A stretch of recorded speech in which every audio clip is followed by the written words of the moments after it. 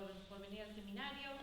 Hoy tenemos un trabajo de Matthieu y Clément y colegas también de aquí de Argentina, de la UNSAM, y colegas suyos también de la Universidad de Bordeaux.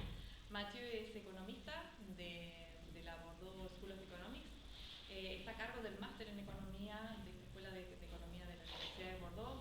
Y bueno, está aquí justamente para sus relaciones científicas con el equipo de UNSAM y también aprovechando a ampliar un poco esas relaciones y visitándonos en la facultad, porque obviamente también hay equipos de trabajo dentro del IEP que tienen temas comunes. Estuvimos hablando con algunos de ustedes y la verdad que sería muy interesante poder desarrollar esta red de trabajo también con la Universidad de Bordeaux y el IEP.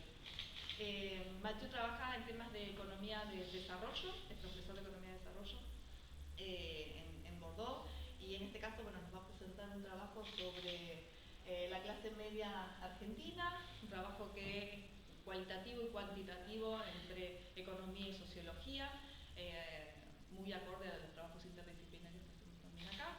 Y también es parte de un gran proyecto que ellos estuvieron trabajando, me comentaba recién, desde 2016, aplicando estas mismas técnicas a países como Brasil. ¿Qué otro país me comentaste?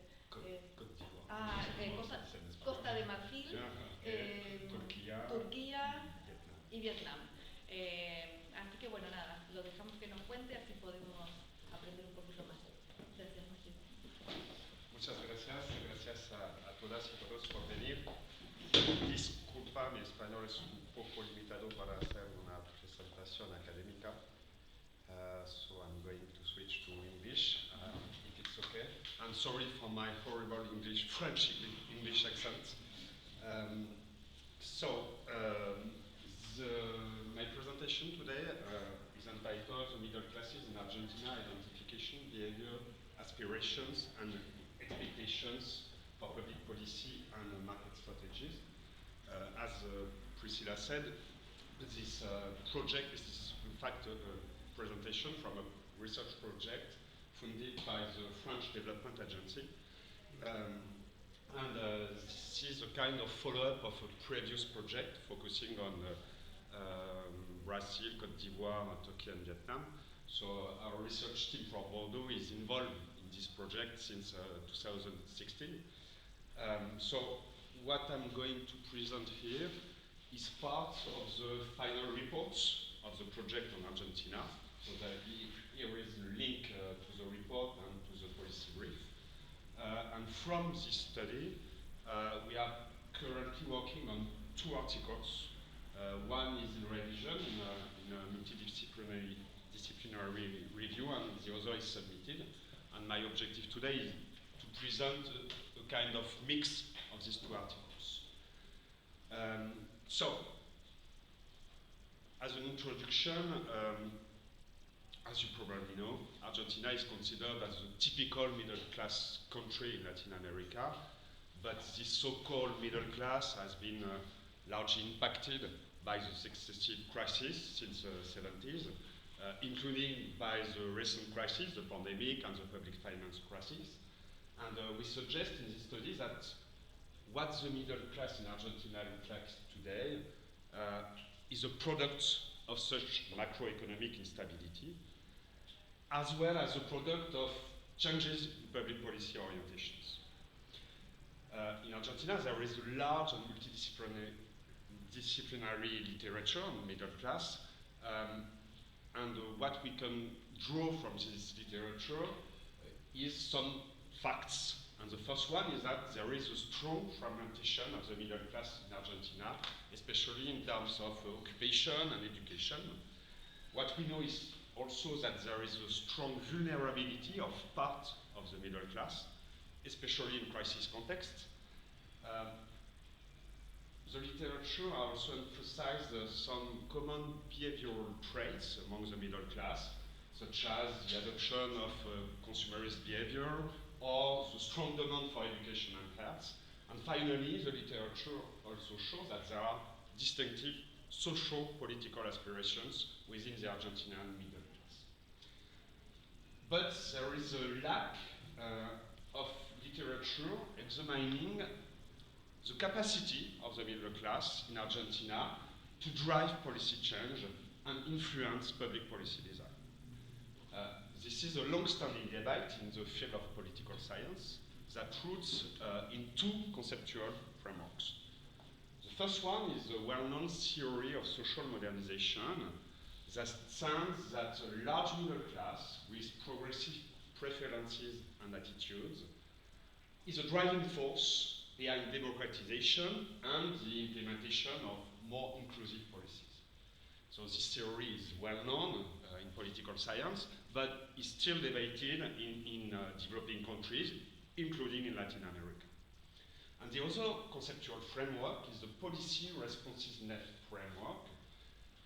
Responsiveness can be defined as a process by which governments and elected representatives generate policies that reflect citizen preferences. And one question is how political outcomes respond to the preference of individuals from different social classes. Do they respond more strongly to the preference of the rich, of the poor, or of the middle class? So based on these two frameworks, this study aims first at identifying and characterizing the middle class in Argentina. Second, to examine its aspirations, behaviors, expectations, and priorities in various domains that are key for the middle class, such as, for instance, consumption, housing, education, higher security, and so on. This is what we call the demand side of public policies and private strategies. And finally, this study also aims at identifying how stakeholders and institutions, both from private sector and public sector, integrate these demands into the design of public policies and market strategies. So this is what we call the supply side of public policies and market strategies. So this is a very exploratory study that is based on the combination of quantitative and qualitative analysis. We first use a quantitative identification and description of the middle class based on data from the Encuesta Permanente de Hogares. And we complete this quantitative analysis through two qualitative surveys, one among 40 middle class households, and the other one among 12 representatives of public and private institutions. And with these two qualitative surveys, we can inform the demand side of public policy and market strategy and the supply side of public policy and private strategy. So this is the outline of our presentation. So just a few words about the empirical design. Then the results from the quantitative analysis, more precisions about the qualitative survey, and then some results about the demand and supply side of public policies and market strategy. And I will conclude next. So the empirical design. In fact, we adopt a three-step empirical design combining quantitative and qualitative analysis. And the first step is the quantitative part of the study. We use data from the EPH that collects information on income, education, labor market characteristics, and so on a quarterly basis. So we use this data keeping in mind that EPH data are only representative at the urban level in Argentina. So we focus on the urban middle class.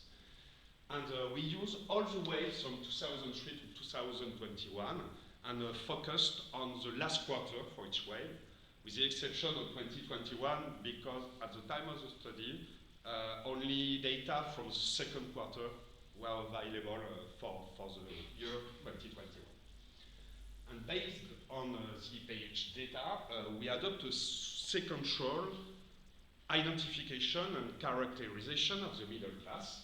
We first identified a middle income group, so based on household income, what we can call an economic definition of the middle class. Then we analyze the dynamics of this middle income group between 2003 and 2021. And finally, we analyze the structure of this middle income group in terms of education, occupation, so so what we call a sociological definition of the middle class, through a clustering procedure. Okay? So this is the outline of the quantitative analysis. To complete this quantitative analysis, we have conducted semi-structured interviews in 2020 among middle-class households, and we select the respondents to be as representative as possible of the structure of the middle class identified with the quantitative analysis. And we also take into account spatial heterogeneity, as we interviewed half of the interviewees in Buenos Aires and half of the interviewees in San Miguel de Tucumán. And we, yeah, you have one question. May I ask, how did you define middle class? Yeah, I will precise it a little bit after. We have a very pragmatic definition. Yes, and we also take into account gender issue, as we are half of the interviewees were women, both in Buenos Aires and Tucumán. So with this household qualitative survey, we focus on the demand side of public policies and private strategies, as we are able to address many topics, many different topics with our interviews, such as life satisfaction, mobility, consumption, financial behavior, education, health, redistribution, democracy, and so on. And for each topic, we collect qualitative information objectively, for instance, on behavior, but we also collect subjective information addressing more perceptions, aspirations, and expectations. So with this qualitative survey, we focus on the demand side. Yeah? Sorry, I'm aware that perhaps you had time restrictions and budget restrictions, but I think 40 people is a very small number, and there is a lot of heterogeneity even within Buenos Aires. As you perhaps are aware, there are, I could imagine, a number of subgroups, and San Miguel de Tucumán is just, it's not representative of the provinces at all. No? You have Córdoba and other big urban centers. The south is very different. So I wonder how do you use this information, or how you are able to extrapolate this information from this very small sample? So my answer is that with qualitative survey, with qualitative materials, the objective is not to be representative. Okay. This is not the objective of qualitative materials. In this case, we use qualitative materials to analyze discourses, okay, and to try to identify some convergences among the respondents or divergences on the topic addressed by the survey. So you have to forget the idea of representativeness, because this is not the objective of qualitative materials. With the quantitative part, yeah, we are in a representative dimension. So I don't know if you are aware of qualitative methodologies, but yeah, there is no, and 40 interviews for a qualitative survey, it's very, very correct, because in the field of sociology, you may have publications with 10, 15, 20 interviews. So 40, yeah, so rather good, pretty good. So the idea is to combine the representativeness of the quantitative analysis with an analysis of discourses to identify some point of convergences and divergences in the discourse. So only 12 only 12 respondents. So the third step of our empirical design is an institutional qualitative survey that was implemented at the same period in 2020. And we try to select institutions from sectors that are key to the aspirations of the middle class in Argentina, such as education, health, financial service, real estate, for instance. And we try to select representatives that are occupying positions of responsibility within their institution. And with this institutional qualitative survey, so we focus on the supply side of public policies and private strategies, and we are able to collect information on perception of the middle class of representatives and the relationship between the institution and the middle class. And we are able to try to give some answer to the question, are public policies and market strategy targeting the middle class? Okay? And we have some discourses about it. So let me start now with the results, and the first part of the results from the quantitative analysis. So nothing very new in this part. I think that many things that I will tell you, you know that. But this step is very crucial for the rest of the study. So I will start with the first step, so the identification of a middle income group. So in this first table, we test different income intervals that have been used in the economic literature to identify the middle income group in the world, but also in Latin America. Our variable of interest is the per capita household income, okay, on a monthly basis. And we select absolute income intervals expressed in PPP dollars, relative intervals constructed around the median, and finally mixed intervals that combine a lower absolute boundary and an upper relative boundary. Okay? So we have 8 income intervals in this table. We test more, but in this table there are only 8. And as you can see, the share of the middle income group differs widely depending on the income interval used, from 16% here to more than 80%. So the issue is to select one relevant interval, and in the study, in line with the French Development Agency, we made the choice to set the lower limit of the middle income group at $10 PPP per capita per day. That is the standard lower threshold in the Latin American region, as it allows to exclude households that are still highly vulnerable to poverty and lack of economic security. And we set the upper limit the upper limit is a relative one, and we set it at the 95th percentile of the income distribution, with the idea of excluding from the middle income group top income households that do not depend on labor income, but mainly on capital incomes. Okay? And this strategy has been proposed by Nancy Buxton, who is a specialist of middle classes in developing countries. And based on this interval, the middle income group in urban Argentina would account for 77.5%.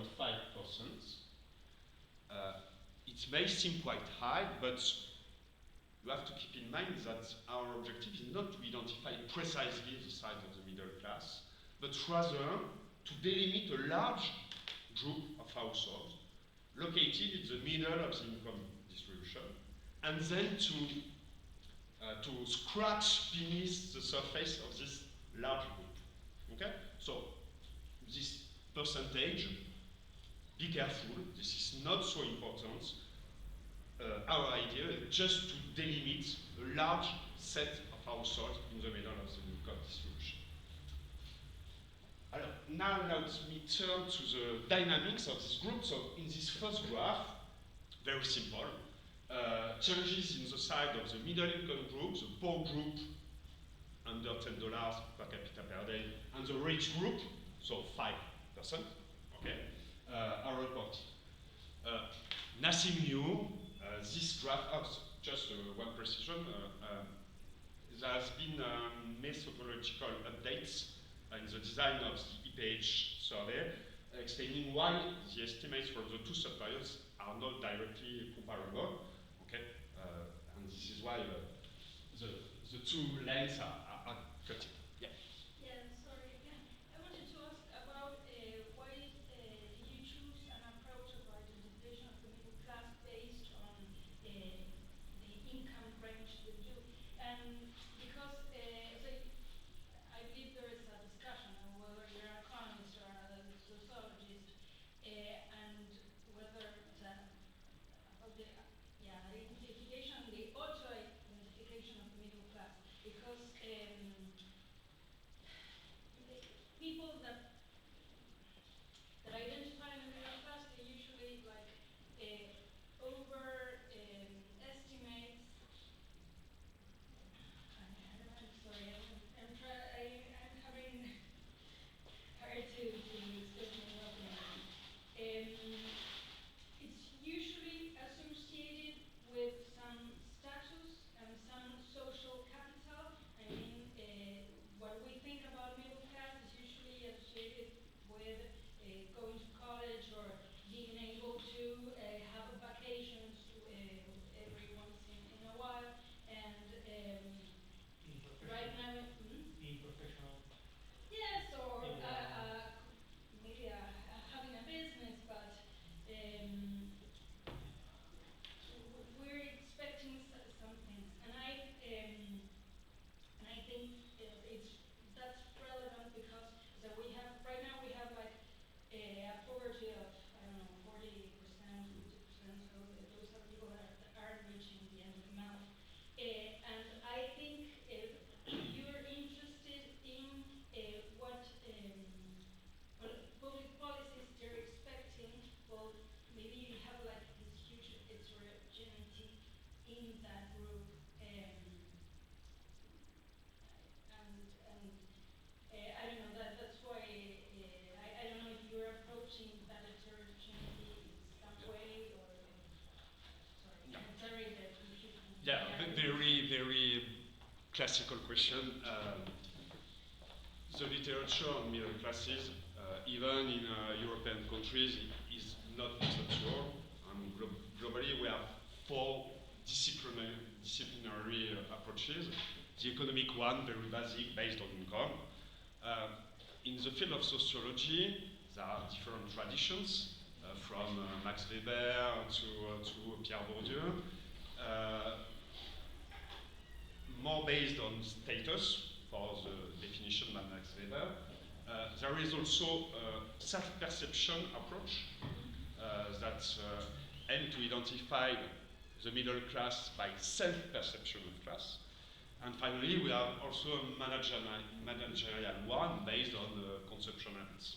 So we have to choose between these different perspectives.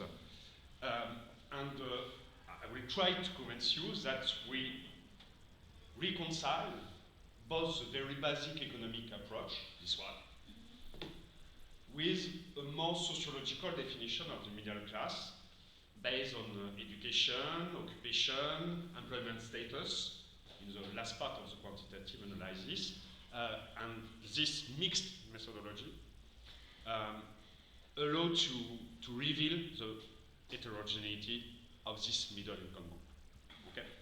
But yeah, I agree with you, there is no consensus on the way we can define class, income, and I do not use the term middle class here. I use the term middle income group because we are not at this stage on social classes. Clear? Yeah, so I don't know if these two measures are directly comparable, but as you surely are aware, in Argentina about 40% of the population is classified as poor, according to the official poverty index. And so by your measure, this is, in your classification, you have half of that people classified as poor. So I wonder why didn't you choose the official poverty line rate to classify people as poor? Because you have a number of people who you classify, which are classified as middle income. According to the official poverty index, they are poor, and perhaps they are self-perceived as poor, in fact. And perhaps some of them even live on social assistance. Yeah. We so, will look at that a little bit later. Yeah. When I use the term poor, it's not an objective definition of poverty. this only means that who are not in the middle class, who are not in the middle income group. So it's not a rigorous definition of poverty. Okay. My second comment is that we want to capture in our middle group households that remain a little bit vulnerable, because we consider that the middle class do not start when poverty ends. For us, we have a kind of a fuzzy area in the income distribution where households may go to the middle income group and then come back to poverty, and we are interested in this area where households remain very vulnerable in a context of crisis or pandemic. So you have to forget the idea that this percentage is the poverty rate. No, this is not the poverty rate. This is only households below $10 per capita per day. And obviously, this percentage, even with $10 PPP, has increased. We stopped the study at 2021, but this percentage has increased the year after. So this is not poverty. This is non-middle class household. We can call them like this. Sorry. Right. There may be another thing that is in Argentina you have these big shocks and extreme cycles, accompanied with wide movements of the exchange rate. So it seems to me that sometimes the mobility you can see in middle classes, maybe the result not of merit or something like that, but just because of exchange rates, random transfers. Yes. So that maybe for that to but in our definition of household income, we control for that, because we control for the inflation, and we work on PPP dollars. Right. So changes and short-term fluctuations in exchange rate and prices are controlled for. I just was meaning that you can have different people there, so you can make a survey with some people, but sometimes they are not. Of course. It's a lot of mobility with random shops. Yes. I won't present because I don't know if you know the EPH data, but there is a longitudinal structure in the EPH data. We provide some results. There are in the appendix about year-to-year mobility and year-to-year transition. If you want more information, the graphs are in the appendix of the slide. Okay, so this graph, nothing new. During the 2000s, a strong increase in the size of the middle income group, from 30% to more than 50%. And then, over the recent period, we can see that the share of the middle income group has decreased approximately for 10 percentage points, indicating a strong vulnerability in the context of crisis. This is this graph. Sorry. This other graph, in fact, we propose to break down the middle income group into 3 subgroups based on income intervals of equal width. And we distinguish between the low middle class, the middle class, and the upper middle class. And this provides interesting results, as we can see that the middle class in Argentina, or the middle income group in Argentina, is predominantly made up of the low middle class.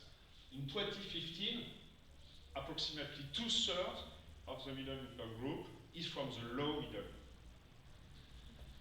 Secondly, we can see that during the 2000s, the increase in the middle group in Argentina has been driven by the increase in the low middle group as a consequence of poverty reduction.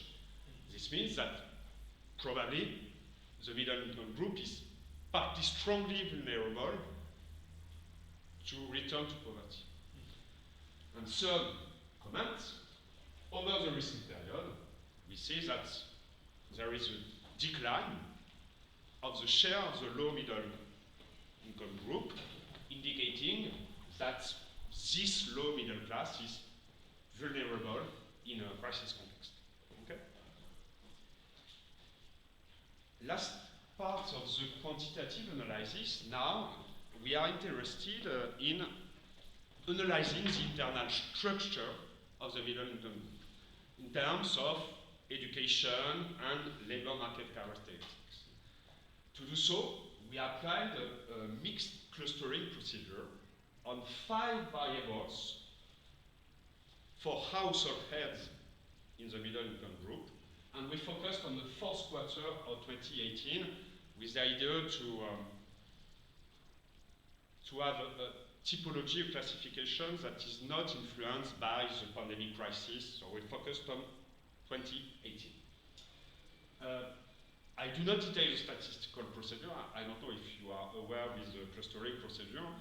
Why mix? Because we use an algorithm that combines hierarchical and non-hierarchical clustering. And we also use several statistical criteria to select the optimal partition, that is to say the optimal number of subgroups, with the idea of maximizing the intergroup variance and minimizing the intragroup variance. Okay? To better describe the identified groups, we also take into account characterization variables that do not enter in the clustering procedure, but that help us to better describe the different groups highlighted by the clustering procedure. So, Yeah. regarding the last variable, Yeah. activity practice, what are you? Yeah, it's just a dummy variable if at the scale of the household there are, at the scale of the household L, there are more than one job. Okay? And the secondary job may be formal or informal, no matter, but it's just one binary variable.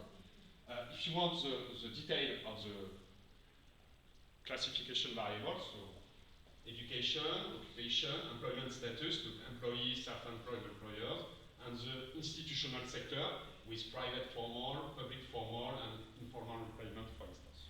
Okay? So these are the results of the clustering procedure.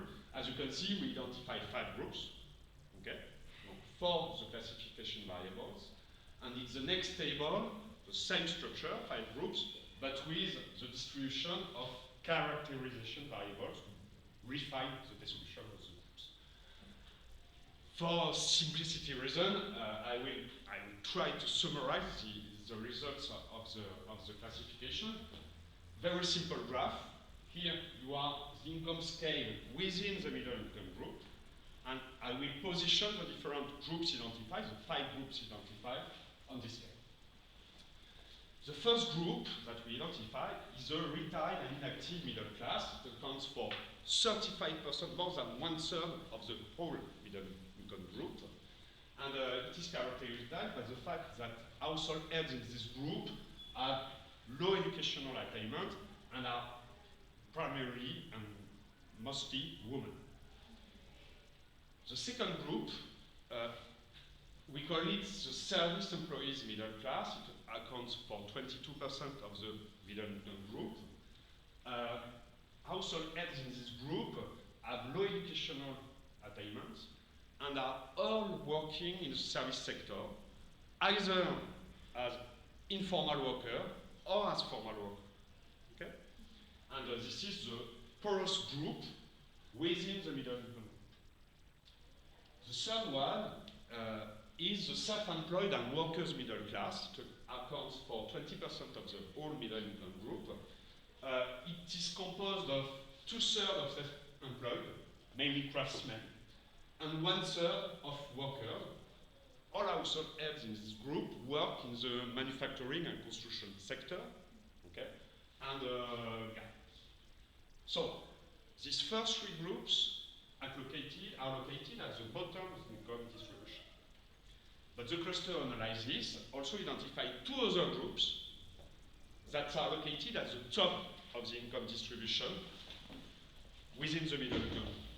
The first one, so group 4, is the managers, professionals, and employers middle class. It accounts for 10% of the middle class and is composed of household heads occupying the highest position within the middle class. And the other one is the public employees middle class, 13% of the whole middle income group, and it is composed of household heads who occupy intermediate professions in the public sector, especially in public administration, health, education, and social security services. And household heads in this group are also those with the highest level of education within the middle class. Okay? So to sum up, yeah. A little bit surprising to find that the retired and inactive middle class has higher income than the service employees middle class. Yeah. Because that's because, well, I don't know which is. Yeah, but there is an explanation. Yeah, within retired people, we have many different situations now. With those who have pensions largely higher than the wages of the service employee. People are in that group? No. Just you have to keep in mind that this group is very heterogeneous in terms of income. The most is heterogeneous among the 5 groups because, yeah, we have no information of the occupation before being retired. So to sum up, a middle income group that is fragmented with no less than 5 groups identified by the cluster analysis. And another comment, in fact, we highlight a pattern of bipolarization within the middle class with these 3 groups at the bottom of the income scale within the middle class and these 2 groups at the top of the income distribution within the middle class. So that's all for the quantitative part. Now I'm going to switch to the qualitative survey. I will give you some details about the way we have designed these 2 qualitative surveys. And I will start with the household qualitative survey. So this table presents the structure of the 40 middle class households that have been surveyed in this qualitative survey. In fact, we start from that classification. But we consider that some groups remain a little bit heterogeneous in terms of occupation. So this is why we made the choice to disaggregate 2 groups. The first one is the retired and inactive middle class that we split into 2 subgroups, retirees and other inactives, the latter being composed of students with family support. And we also split into 2 subgroups, the service employees middle class, to take into account the fact that in this quantitative group, we are both formal and informal workers. So we made the choice to disaggregate this group into formal service employees and informal workers. Okay? So we have 7 profiles, and you have the number of cases for each of the profiles selected. If we start to analyze the interviews from these 40 respondents, what we can highlight is that, in fact, from this 7 profiles, we are able to identify 3 broad components within the middle income group. The first one is a kind of upper middle class, composed of the manager, professionals, and employers, the profile 4 in the design of the qualitative survey, but also the public employees from profile 5, and both groups compose the kind of upper middle class. The second component is what we call the middle class, composed by parts of the retirees that we have surveyed, the service employees, the formal service employees, and finally by students with family support. And finally, we have a third component, which is the low and vulnerable middle class, that is composed of the self-employed and workers from profile 3, but also for informal workers from profile 7. And interestingly, those respondents from the low and vulnerable middle class benefit from social assistance, the allocation universal for El Hijo or the tarjeta alimentaria. And they also declare having being strongly impacted by the pandemic and the inflationary crisis, but the interesting result, they do not consider themselves poor. You have two quotes from interviews that illustrate this idea. For instance, Dilma from Profile 3, comfortable? No, I'm not sure that's the right word. I'm doing okay personally. I can see that some people are having a tough time. We are not poor because there are people who are actually worse off than we are. We are surviving, we can pay for electricity, we can pay for things, no luxury.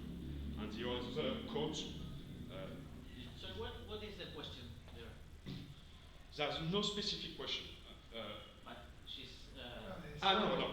Oh, see, in the third degree, sorry. In the third degree, the question was about self-perception of class.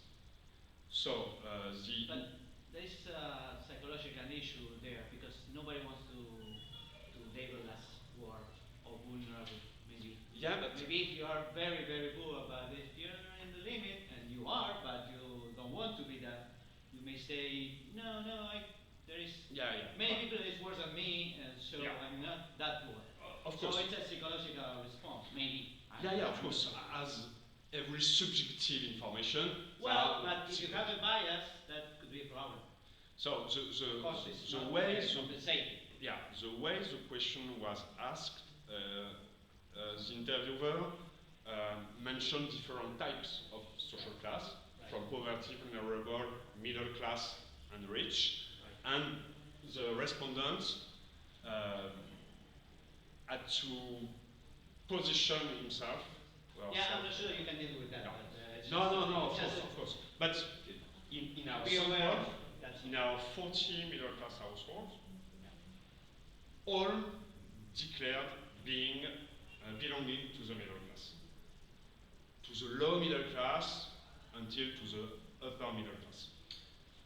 So but you see, we have no representative, but there is an idea already highlighted in the literature on Argentina, that in Argentina, and it's a point of difference with other Latin American countries, there is a strong self-perception of belonging to the middle class.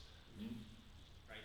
More than in Chile or Uruguay, it's a kind of specificity or peculiarity of the. Okay, so the selection has been done by a pool company. Right? By a pool company. Pool company. Sorry? I understand. The pool company? No, pool company.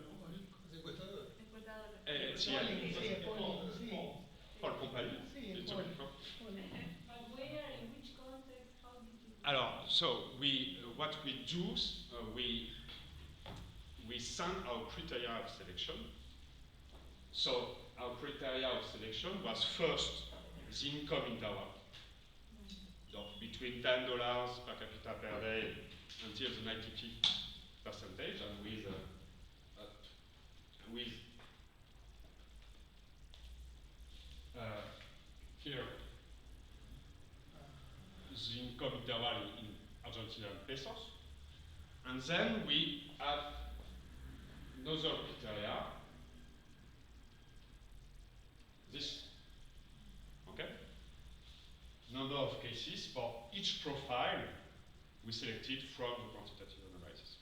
And the poll company made its choice among its panel. No, we don't have many precisions about that. Two other criteria, Buenos Aires, Tucumán, y también Paris. And also half of the respondents women. Just for the sake of clarification, maybe understanding So the clustering analysis was performed using data from 2018 National Survey household survey. And then then years afterwards, the poll company carried out the survey. And when was that, in 2020? 2020. 2020? Okay. Because I am not comfortable with the public employees clustering, like it's the upper, it looks like lying in the upper middle or the higher income group. Yeah. If you look at the numbers today, Yeah, you realize that no one in the public employee sector, which many of us belong to, would recognize ourselves or themselves as poor people. Yeah. That's the first question, which deals with Pablo's question. But the other thing is that the intra-middle class income distribution that you present, I think, may have changed a little bit, or substantially. Between 2018 and 2020? 2018 and 2024. No. Yeah, but Yes, sorry. no, that's a we are prospective yeah, question. of course. Maybe yeah, I am, Yeah. sorry for No, bringing up the question. I agree about the public employee middle class. Public employees if and we conduct the the service same versus non-service.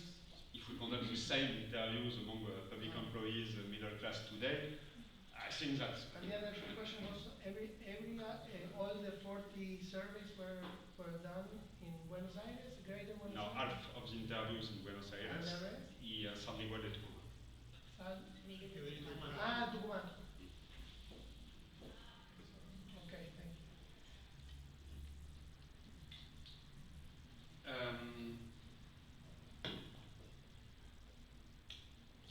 Okay, so for the general structure of our sample of respondents, just one word. We also highlight with our 40 interviews a strong political heterogeneity, as we were able to identify 4 broad political positions within the 40 respondents. Those who have no interest in politics and who have some discourses very radical, especially against migrants. Those with the center-right position, especially in the upper component of the middle class of profile 4. Those with a right-wing position who declared supporting Macron's government, 2020, and the women in this position declared their hatred of Christina. And finally, we have also a left-wing position that we observe among the young students, among the public employees middle class, and also in part of the profile 1 from retirees. So there is a kind of opposition, it's just a suggestion, kind of opposition between a liberal pro-market middle class, especially in profile 1, 4, and 2, and a progressive and pro-state middle class that we observe in the left-wing position. And some representative of institutions have insisted on this opposition between pro-market and pro-state middle class. But yeah, I think there's a big just big a jump suggestion. between- Just yeah. a suggestion. Yeah.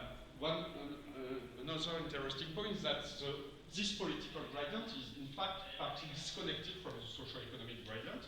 If we focus on the upper components of the middle class, profile 4, managers, professionals, and so on, and profile 5, public employees, we saw that public employees tend to have a left-wing position, while those from the profile 4 tend to have a center-right position. So there is a kind of disconnection between the political gradient and the socio-economic gradient.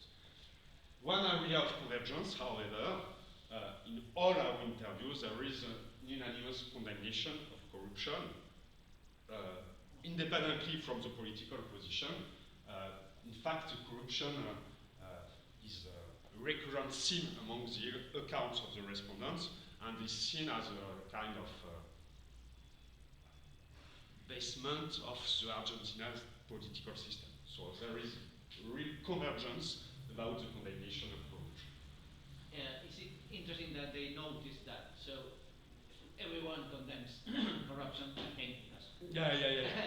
no, the way Yeah, but you're corrupt. So I think that we worked on Brazil, we worked on Chile, and Right. on other projects, and there is no mention. yeah. But The here discourse they was mention not so Right. strong that in Yeah. Argentina. But perhaps corruption is a bigger issue in Argentina than in Chile. But Sensation. Sensation. Yeah. I'm sorry. Yeah. I'm interested in this idea that the political gradient is disconnected from the socio-economic gradient. Within the middle class. Yes.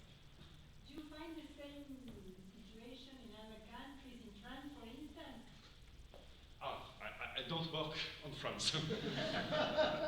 But we are working on a new project in Latin America and just on mid-sized and small cities, still on the middle class.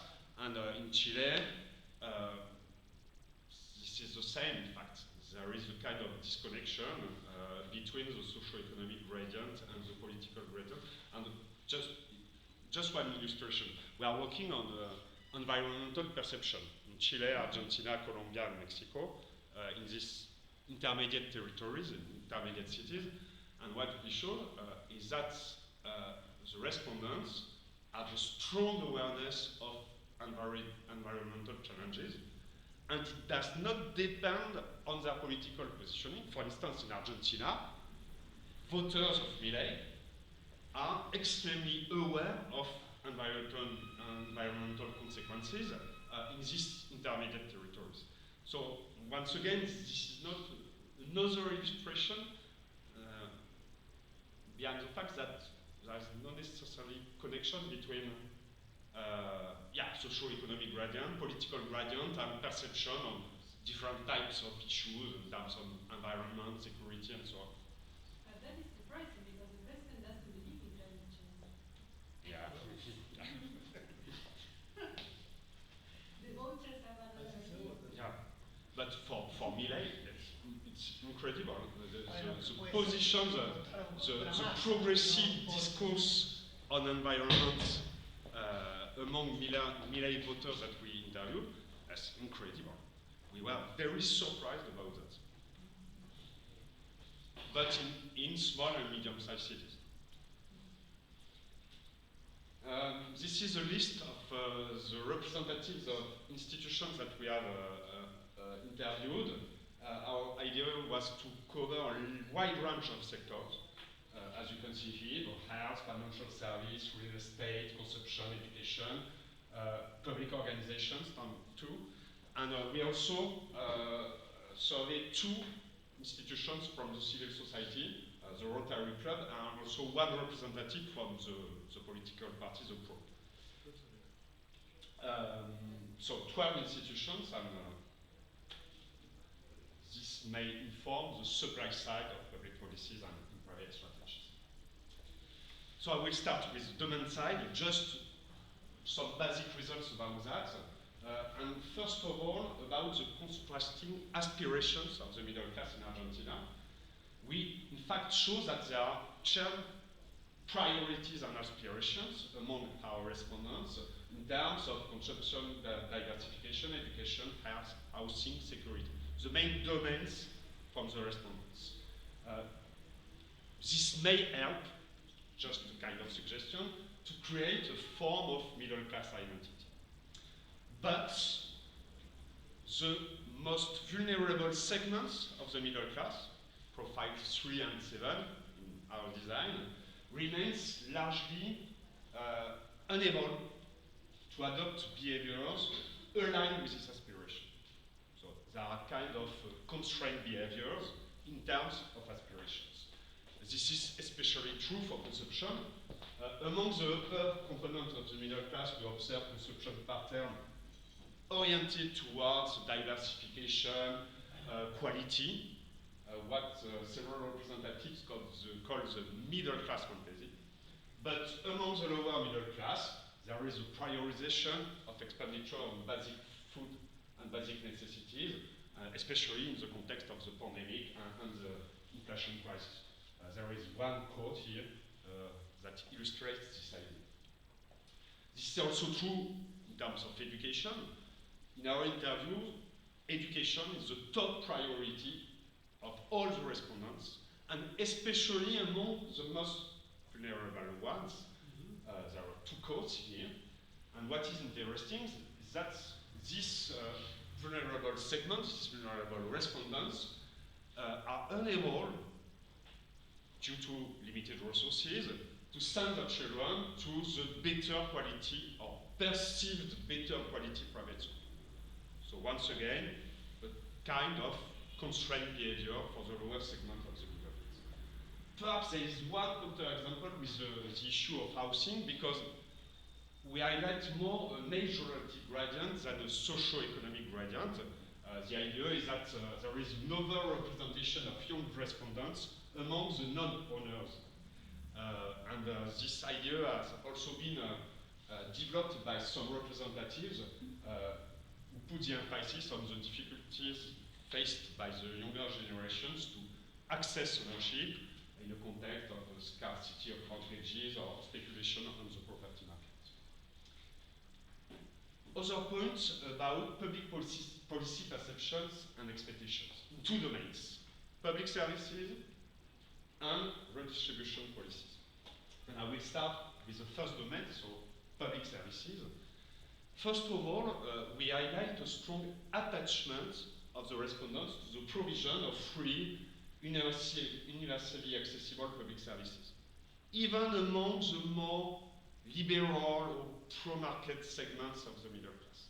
So there is an attachment to state intervention. However, all the respondents declared the poor quality and numerous shortcomings of public services in the discourses. In education, so there are many criticisms against the quality of public schools at primary and secondary level. In the health domain, many discourses about the quality of public hospitals. This one is incredible. So if I go to a public hospital, I have to stand in line, then I have to get in another line and wait in line again, and then see whether they treat me or give me an appointment in 6 months' time. If I switch to a prepaid card, sometimes you have to wait, depending on the urgency, but you don't have to wait in line. You go in, show your card, and there are only 2 or 3 people in front of you. The place is clean, and they take care of you. Okay, so this is a quote that illustrates the perception of middle-class respondents about the situation of public hospitals. And finally, police and justice are also strongly criticized due to the inability to fight against insecurity. Police is seen as an institution marked by corruption, while justice is characterized by its inability to deal with the impunity for politicians, for the upper classes, for young offenders, but also by its lack of independence and its flaws. So there is a lot of aspirations in terms of public services that are not satisfied according to our respondents. As for the second domain, redistribution policies, all the respondents feel abandoned by redistribution policies, which they perceive as very unfair. And more specifically, assistance mechanisms are seen as favoring those at the bottom, while the tax system is seen as favoring those at the top. But once again, there is an attachment of the respondents to the existence of assistance mechanisms. Cash transfer policies such as the AUH. But there are some nuances. Attachment, yes. Support, yes, but with nuances. The support can be unconditional among the pro-state segments. And the support is more partial, with many limitations mentioned among the pro-market segments, because assistance is seen as excessive, out of control, destroying the work ethic, and so on. But an attachment to the existence of assistance policies, even among the right-wing and pro-market segments of our respondents. Turning to taxation, so there was a facet of redistribution. All respondents perceive taxes as excessive, unfair, or inequitable. But once again, there are nuances in the criticisms expressed. Part of the respondents insist on the excessive taxation, especially for the self-employed. And other parts of the respondents, mainly from the pro-state segment, insist on the regressive nature of the tax system. And the last quote, it seemed to me that more taxes should be collected on non-productive financial activities. I think the government should regulate all financial speculation and withdraw resources from it to discourage it. So I find it hard to think that this could be the same for our segments, because where they do find the tax system, that's not well. If you have 2 employees, you are not. Yeah. You're not in the law center. I mean, if you're not a businessman, you're just you're poor or something. You say, well, the system, the tax system is unfair and excessive. Where do you pay? Do you know how you pay taxes or not? Do you pay taxes? Really? I think they just pay IVA. I don't know. People often confuses taxes and public service tax. Right. Yeah. Right. They call I'm going to pay the taxes and they are paying the electricity bill. Yeah. Right. And that's a big difference. Yeah. Politically. I agree. We have no information between the comparison between taxes that are effectively paid by the respondent and their perception of the tax system. Yeah. Last part of my presentation, a few words about the supply side of public policies, and next I will conclude. So the supply side of public policies and market strategy, results that are mainly based on the institutional qualitative survey. First of all, about public policies, all the representatives that we surveyed, that we interviewed, agree about the fact that public policies in Argentina as a whole do not specifically target the middle class. And they provide examples. For instance, several representatives explain that assistance policies, such as the H, tend to neglect the middle class. Another example, employment policies tend to neglect micro and small entrepreneurs who are, for some of them, part of the middle class. Perhaps one counter example, once again, with housing policy, because the representative of the Ministry of Labor has mentioned the Procrea program. I guess that you know that program. That is an urban development program designed to promote construction activity through reduced rate mortgages. And the program is specifically targeted on households from the middle class, defined as those between 2 and 4 times the minimum wages. What do we think about Procrear? Because Procrear has been dropped out the year. Yeah, that's 2020. We are in 2020 here. What is their perception about the Procrear? That this is one example, one specific example, of public policy targeting the middle class. This is the only one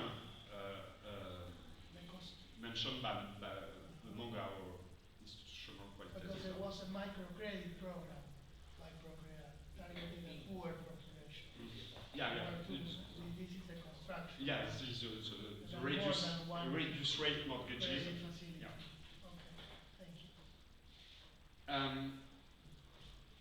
Another point is that the representatives of institutions also mentions example of public policies that target only specific segments of the middle class. Not the middle class as a whole, but specific segments.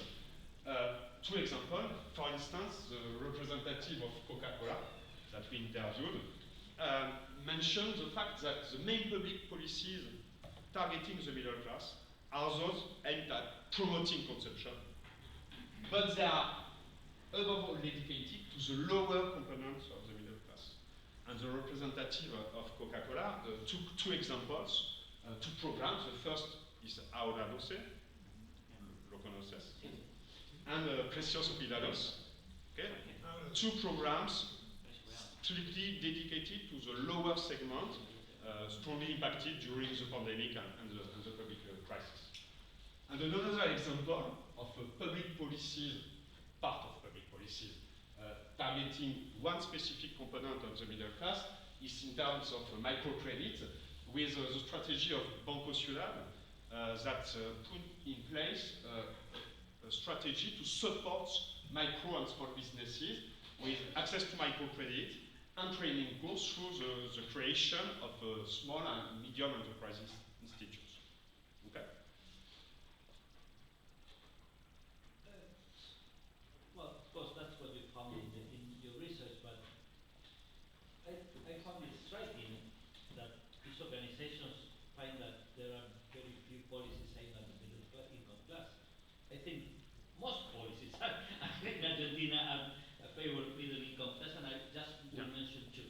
One, tariff subsidization. Tariff subsidization has mostly benefited middle income class. It's a fact that every economic study a huge transfer of resources to the middle income class.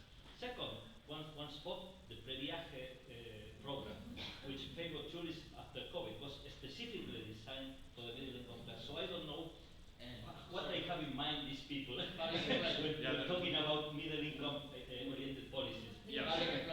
We are public employment. We are in 2020. The programs for promoting the retirement from people who have no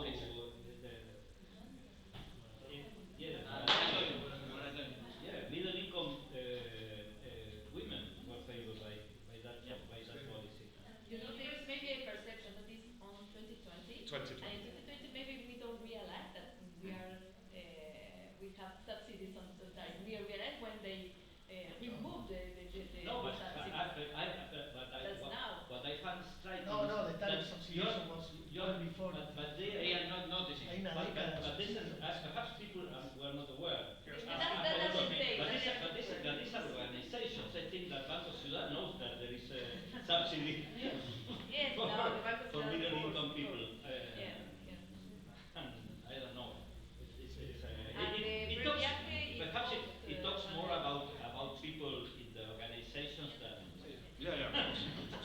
No, but I mean, public university is a policy towards the middle class. Yeah. But again, there is a kind of bias among the institutional representatives because they do not consider in their discourse policies, universal policies.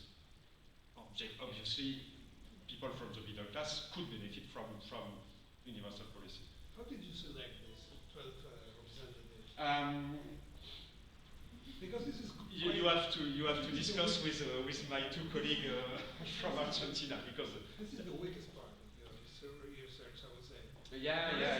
But this part, Coca-Cola. Yeah, but Coca-Cola and the market strategies, the representative of Coca-Cola and market strategies, it's all things very interesting. Rotary Club. Why Rotary Club is representative of civil society.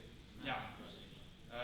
Selecting institutions for survey is not so easy. This was the responsibility of. Why Pro represent its political party, represent the civil society? Yeah. I don't get it. It's a political system.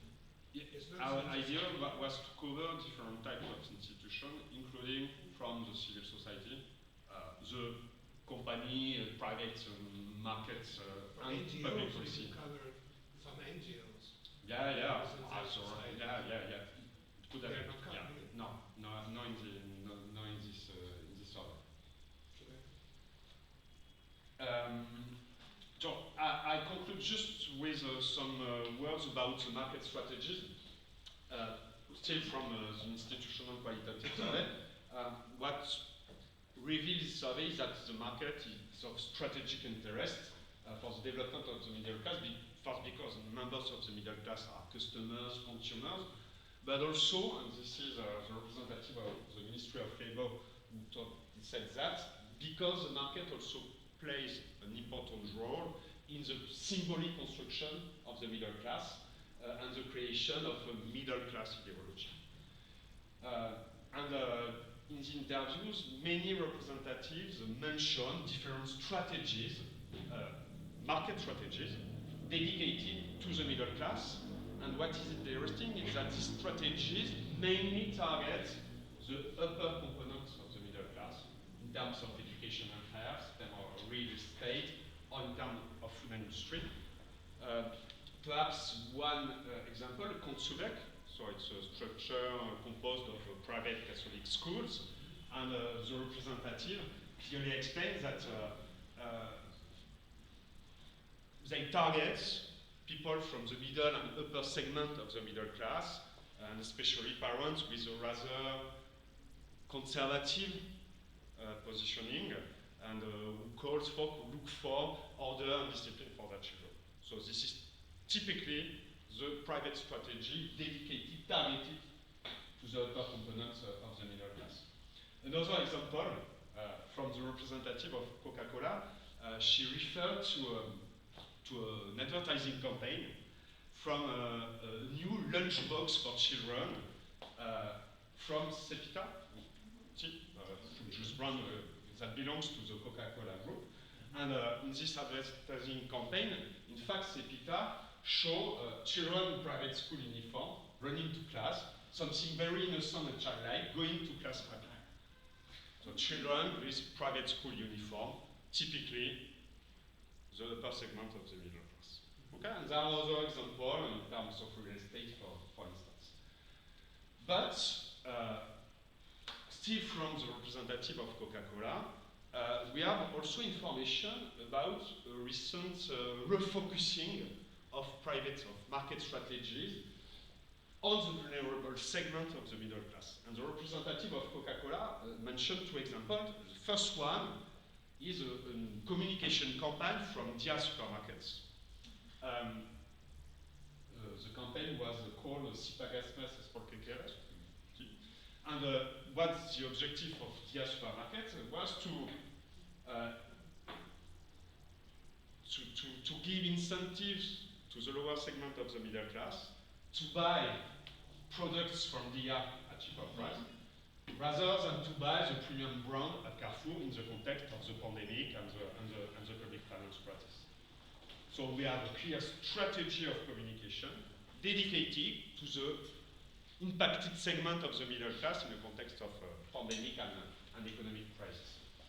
And the representative of Coca-Cola explained that also inside the group, the Coca-Cola group in Argentina, there is this type of refocusing of the marketing strategy to the vulnerable segments of the middle class.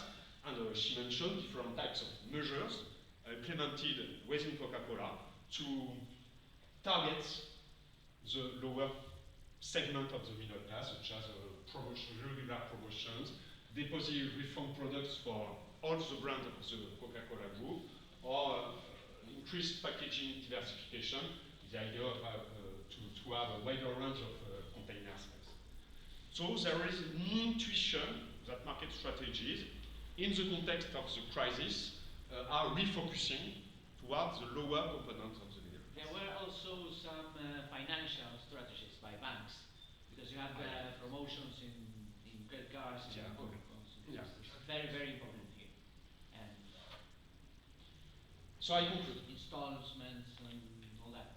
Yeah. You know, it's very, very important. Yeah. And middle class finance, very, very useful. Yeah. Perhaps start the conclusion with, so we highlight the importance of private sector market strategies to meet the aspirations and expectations of the middle class. So this idea of a recent refocusing of market strategy toward the vulnerable components of the middle class, and this echoes with the bottom of the pyramid, this new market approach that is based on the idea to exploit the sizable markets of the poor and vulnerable people.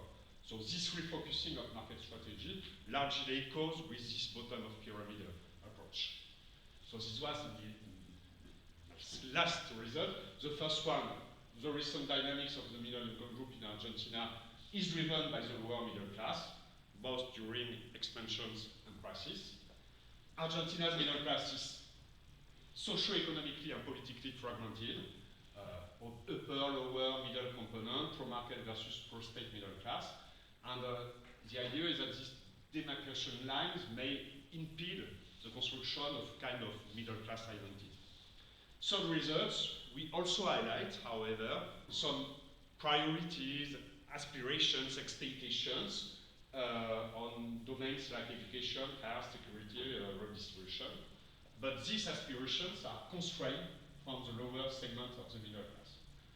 I don't know if you know this work from Nancy Botsall, Nora Lustig, and co-authors about the strugglers.